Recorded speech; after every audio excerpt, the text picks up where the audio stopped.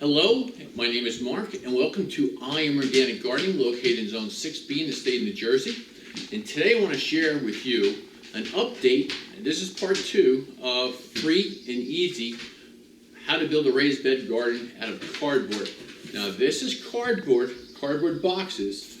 Now this is not considered cardboard because it has a shiny surface, and also that it's called cardstock. It's very thin, and I'll give you a close-up in a little bit, and it also has a glossy material on the outside. This is what we never want to use. This one has kind of a debate whether it's good or bad in the soil. But when it comes to cardboard boxes, we're all fine and all okay to use them in our garden. And I will show you, after we go outside, because I took some video this morning when it was not raining too much, an update of this kind of box that we're growing potatoes and peas in, and there might be a little bit of a controversy that, you know, people don't want to use cardboard in the garden, but I'm going to show you how safe it is. And so we're going to go outside first, like I mentioned before, and then we're going to come back in and we're going to go to, like, say, Google and also OMRI listed products that will show you how safe cardboard is on my certified organic farm here, and I have to follow rules. And it's also in the rules that I can use this box that's cardboard. So let's go outside. So here's 5 weeks later, and everything is looking fantastic. Now that box is nice and strong because I folded the bottom part up first to expose the bottom inwards, and then I took the top and folded it downwards. I did not cut off the top of the box. Now you can see here too that those sugar snap peas are doing beautiful. And the henbit, and which is some people consider a weed, henbit and purple dead nettle has turned into a straw-like material and is sitting on top. And in the last 5 weeks, we've actually hit a new record of the most severe storms in the state of New Jersey. And we've only had 8 days of, let's say, partial cloudiness or sunlight that is exposed. And I'm very happy to see some results of something growing here in that amount of time. And we've had highs of 70 degrees and we've had lows of 25 degrees with heavy frost. But everything is looking well and the box is holding up very nicely. And we'll go over further. Cardboard gardening is not toxic. I will explain and give you some real good facts in the future in this video, and you'll see and make your own decision. But I also want to hear from you and how you feel about cardboard gardening. So let's start out something that we can all find out information-wise over the internet. And so we Googled it, and we just typed in, is cardboard toxic in the garden? Now, well, the first thing it comes up with is all shoe boxes are kind of iffy. And we're going to go over that, about how there's different types of cardboard. But we didn't use that in the garden to do our raised bed because they are usually colorful and printed with logos. As long as your cardboard is ordinary, plain, household type cardboard, which is all shipping containers, even if there's a little bit of a logo on it or color, it's not the shiny color that we're talking about. It's safe to use in the garden. You can shred it, you can compost it, you can layer it, and whatever. So now we need another source besides Google. So let's do a search for OMRI, O-M-R-I. Now, what that stands for, and let me click on this here, and go to their website, omri.org. Now, what it stands for is Organic Material Review Institute. Now, this is what I use when I'm a certified gardener or a certified farm that I can use as materials on my farm that I have to do by law to keep my plants certified organic. Now, when you go to this website, and it's free to everybody, so you can see in the upper hand right corner, just type in cardboard, which I've done already, and click on it. This is regulated through the government and also through the official agency that gives me my certification every year. Now, down here in the right hand side, you'll see a little American flag, and that means that I can buy to it, and that pertains to my country here. So let's take a closer look at cardboard. Now, status allowed with restrictions. Now, go down to the description part, you can find and read it for yourself. Cardboard must not be waxed or impregnated with synthetic fungicides. Now, shipping boxes are not ever use fungicide on them. Now, maybe used as mulch, as a herbicide. It doesn't mean it has a chemical in it. That means like instead of a herbicide, you can use it as a mulch on top to control your weeds. Now, it says weed barrier or for weed control. May be incorporated into soil as for use as a mulch or compost feedstock. So you can put in your compost, you can incorporate it directly into your soil afterwards, and you can lay it on top of your soil. So all these things is allowed by OMRI, that allows certified organic farmers. These are the rules for certified organic farmers, and everything is fine. And then the revision date was June 20th of 2019, so it's pretty much updated.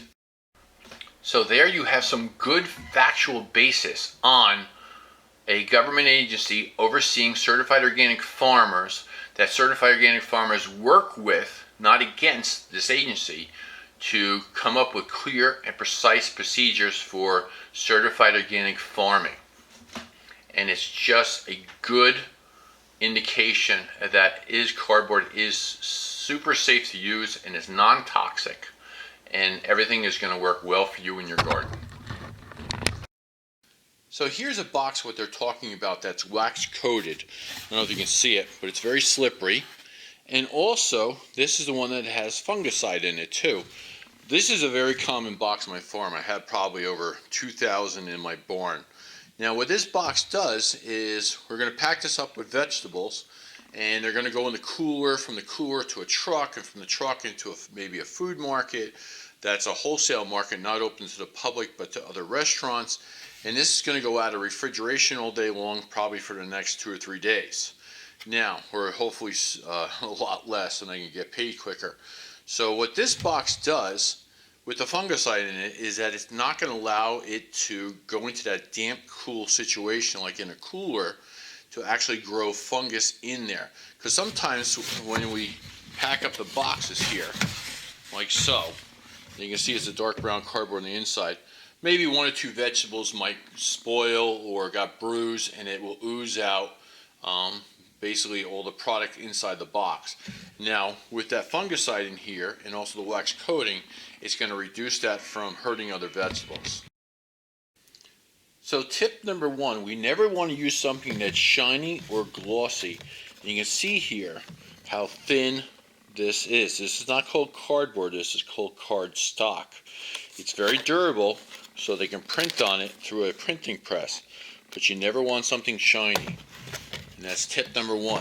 Tip number 2, we never want to use any kind of labels or left labels on the box or so here.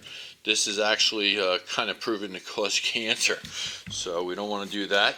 And we never want to have plastic clear tape on our boxes. We want to remove that. So that's tip number 2. Tip number 3, and you can see here, is this box certification seal. Now, the higher the number on the edge crush test, this is 32, and also down here, gross weight that it can hold in pounds is 65. So any higher numbers are good. So you're going to have at least a minimum of 70 or above when you want to use something outside in the garden to see how strong it is. Now on this other box, which I mean the Walmart box, now it's very difficult to see because it's such a light blue color on a brown background. But here on the edge test it says 40, and then also on the weight capacity of the box it says 80. So I hope you can see that, but you're going to have to trust me. But again, those are boxes that we like to use outside. Tip number 4, we always want to fold the bottom upwards and the top downwards. We don't want to cut it.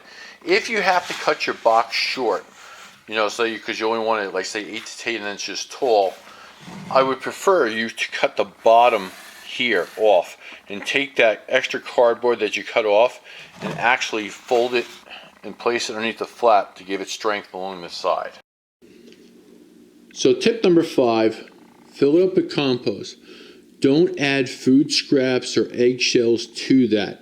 That's going to take away, let's say, the working part of the microbes that are in there that's going to help you grow your plants.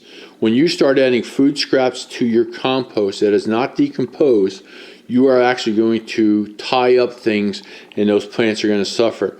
Never try to put food scraps in your compost or bury them in your garden ahead of time. And I'll be making another video on that too in the future. Now, the box is not going to start decaying so much from, let's say, decomposition of the box. Let's say this is your ground soil level.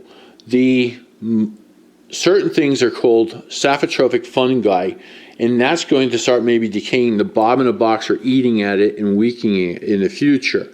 And I mean several months in the future. That saprotrophic fungi is only the fungi that will decay the process of any organic material. On the sides here, on the insides here, something like that, it's not going to be doing it because it's only at the soil level. Tip number 6, if you ever feel that you have a problem with your cardboard box and it's not working well, it's easy enough to replace the box. Just cut the side open, take the box off because the plants are growing, and then slide a new box around and then wrap a string around it. Now, these cardboard boxes are subjected to all kinds of things in all types of gardens. This box is a temporary situation. It's free, and the next box you put around is free. That's the purpose of this video, is not to spend, let's say, $5 or more on totes or any other kind of plastic items or wood or anything else either.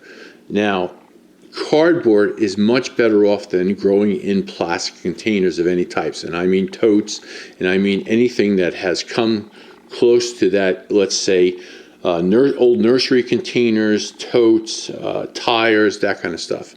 Now, I know people like to grow in them. That's your choice. That's your garden. And I believe it's your land, so you have that choice to choose what you want to do. But do not think that cardboard is toxic. More toxic is your plastic containers, like totes. And tip number 7, enjoy gardening. It's easy and fun. When you start growing your potatoes in the box like I have, you'll find out it's probably the easiest thing you can do to start yourself in gardening process, because there's really no extra situation that you have to be concerned about. I will mention one thing, that they do attract something called Colorado potato beetle, and you'll see them. They're very prominent. You'll see the eggs underneath the leaves, and you can crush them with your fingers or wipe them off. They're a little like brown dots, and also sometimes red. Now also, when the potato beetle larvae grows bigger, you can remove it also too with your hands and throw them in a bucket of, let's say, dish soap, and it will kill them off or keep them trapped in there. That's really it. It's fun, it's easy, it's exciting, and you can get started in gardening with a free container that's to you, and you don't have to worry about being toxic or anything else either. Enjoy it. I'll see you soon with another video. Please like this video and share it with other people. I am so happy that you came to my channel and are following me. I really appreciate it. Thank you, and God bless.